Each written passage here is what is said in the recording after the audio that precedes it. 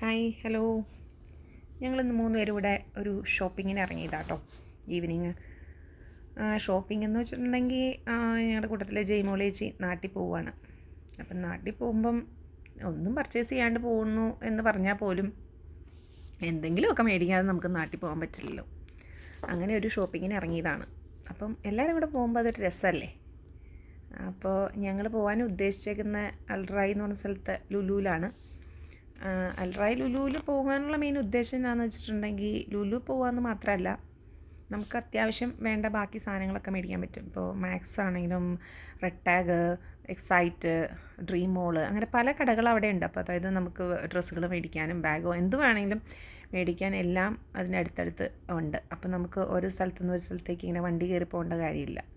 പിന്നെ നമുക്ക് സ്വന്തമായിട്ട് വണ്ടി ഇല്ലാത്ത സ്ഥിതിക്ക് നമ്മൾ ടാക്സി ആണല്ലോ എപ്പോഴും ഡിപ്പെൻഡ് ചെയ്യുന്നത്. അങ്ങനെ ഞങ്ങളൊരു ടാക്സി കയറി ഞങ്ങൾ 3 പേരും കൂടെ അങ്ങനെ പോവുകയാണ്.